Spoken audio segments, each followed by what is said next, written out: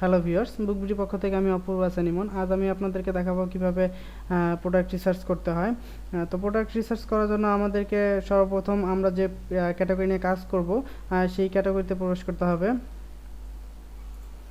মনে করুন আমরা মাউন্টেন বাইক নিয়ে কাজ করতে চাই, অর্থাৎ আমাদেরকে মাউন্টেন বাইকের যে প্রোডাক্টগুলো আছে সেই প্রোডাক্টগুলো রিসার্চ করতে হবে। তো মাউন্টেন বাইক প্রোডাক্ট রিসার্চ করার জন্য প্রথমে আমাদেরকে সেই ক্যাটাগরিতে প্রবেশ করতে হবে। তো সেই ক্যাটাগরিতে প্রবেশ করার জন্য আমি প্রথমে amazon.com-এ যাচ্ছি।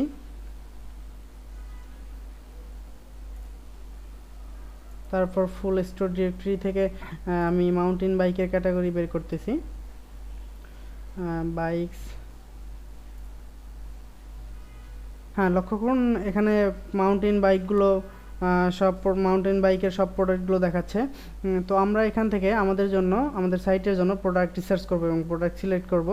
তো প্রোডাক্ট সিলেক্ট করার জন্য প্রথমে আমাদেরকে যেটা মাথায় রাখতে হবে, আমরা সাধারণত যেসব প্রোডাক্টের আবার রেটিং, যেসব প্রোডাক্টের রেটিং সাধারণত 4-এর উপরে, আমরা সেই ধরনের প্রোডাক্ট সিলেক্ট করব। তবে আপনারা চাইলে সর্বনিম্ন 3.5-এর উপরেও নিতে পারেন, তবে আমরা চেষ্টা করব 4-এর মধ্যে রাখার জন্য, রেটিং 4-এর উপরে নেওয়ার জন্য।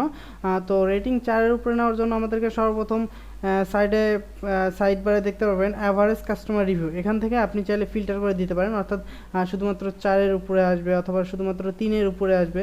আমরা এখান থেকে আপাতত 3 সিলেক্ট করে দিচ্ছি, অর্থাৎ 3-এর নিচে যেসব রেটিং সেগুলো আর আসবে না। তো এখানে দেখুন সবগুলো রেটিং 3-এর উপরে। তো এরপর আমাদেরকে আরেকটি বিষয় লক্ষ্য করতে হবে, সেটি হলো অ্যাভারেজ কাস্টমার রিভিউ।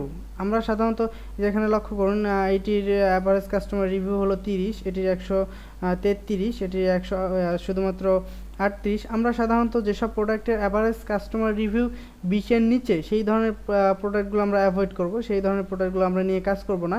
একটু নিচে আসলেই দেখবেন এই যে এটার হলো 4, আমরা এই ধরনের প্রোডাক্ট কখনোই নিব না। এই যে 4, 8, 17, আমরা এই ধরনের প্রোডাক্ট কখনোই নিব না।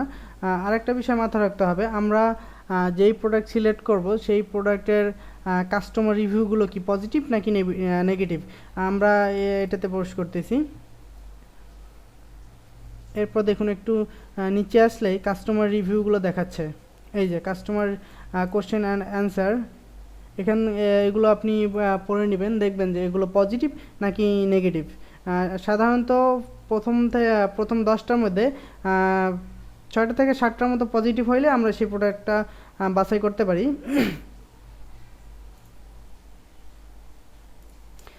আরেকটা জিনিস আমাদেরকে মাথায় রাখতে হবে, প্রোডাক্টের প্রাইস যেন অবশ্যই $100 উপরেও হয় এবং $500 নিচে হয়, কারণ $100 নিচে হলে আমরা সাধারণত অনেক কম কমিশন পাবো।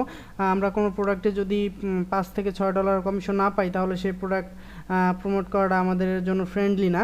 তো সাধারণত আমরা চেষ্টা করবো $100 থেকে $500 মধ্যে প্রোডাক্ট প্রাইস রাখার জন্য। আর এরপর আমরা যেটি লক্ষ্য করব সেটি হলো মানে বেস্ট সেলার এবং টপ রেটিং প্রোডাক্টগুলোকে প্রাধান্য দিব। যেমন এই যে এই প্রোডাক্টটি বেস্ট সেলার, তো আমরা এটি প্রথমেই লিস্টিংয়ে নিয়ে নিতে পারি। তারপরে যে আরও কয়েকটা বেস্ট সেলার আছে, তো আমরা বেস্ট সেলার প্রোডাক্টগুলোকে একটু বেশি প্রাধান্য দিব, কারণ এই প্রোডাক্টগুলো বেশি সেল হয়। তো আপনারা এভাবে আপনাদের সাইটের জন্য প্রোডাক্ট সিলেক্ট করতে পারেন। তো এই ক্রাইটেরিয়াগুলো ম্যাচ করে আপনারা আপনাদের সাইটের জন্য প্রোডাক্ট সিলেক্ট করতে পারেন। ধন্যবাদ ভিডিওটি দেখার জন্য। পরবর্তী ভিডিও টিউটোরিয়াল দেখার জন্য আমন্ত্রণ রইল। ধন্যবাদ সবাইকে।